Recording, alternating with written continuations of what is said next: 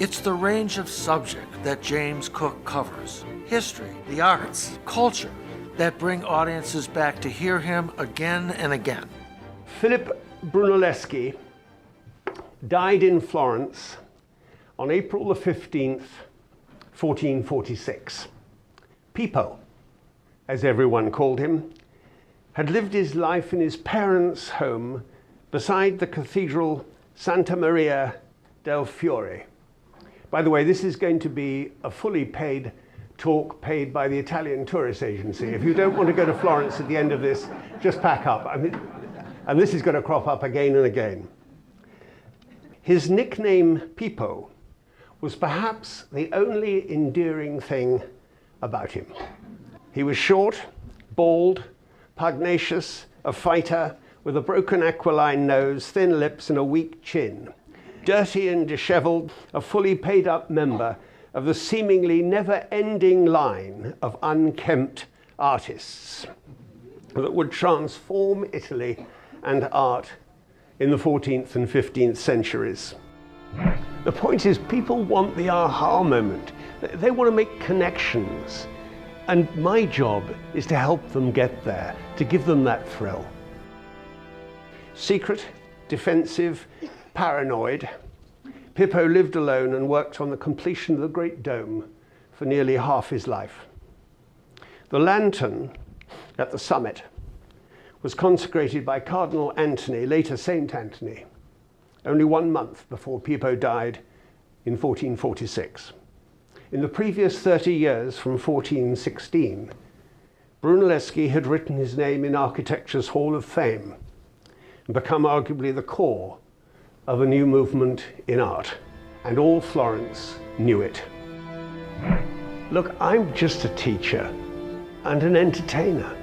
I want people to understand. I wanted to know more about the Renaissance. I wanted to know what happened. Why Florence? Why then?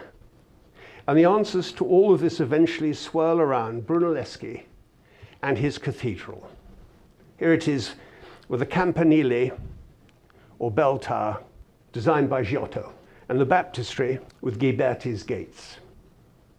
And then from the ground, a smashed together collection of great architecture, unmatched till modern day New York.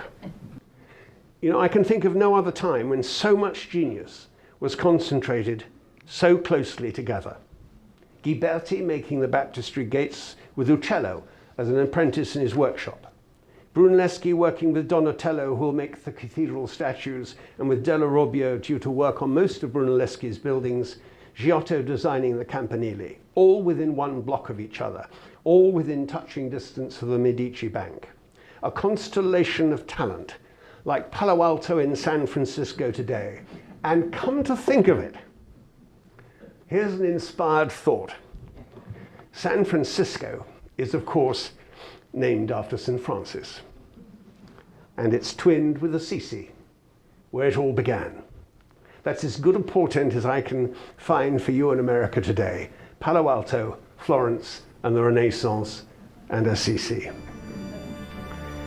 The key to the power of the spoken word is reaching out to the audience. You have to do it in real life. You have to be there, and there's that connection, the aha moment, the moment when they really understand, they get it. We've come a long way. Art and architecture, engineering had all been transformed, and it all started in this little town where wealth, a cornucopia of talent, and the teachings of St. Francis had come together in a few streets around a cathedral and the inspired genius of one rather crotchety old man. In summing up, Brunelleschi created a new architecture, was a great engineer, invented the alarm clock, and held together a team of geniuses around a small square in Florence where they did their bit to change the world. We too have come a long way today, and thank you for listening to me. Thank you.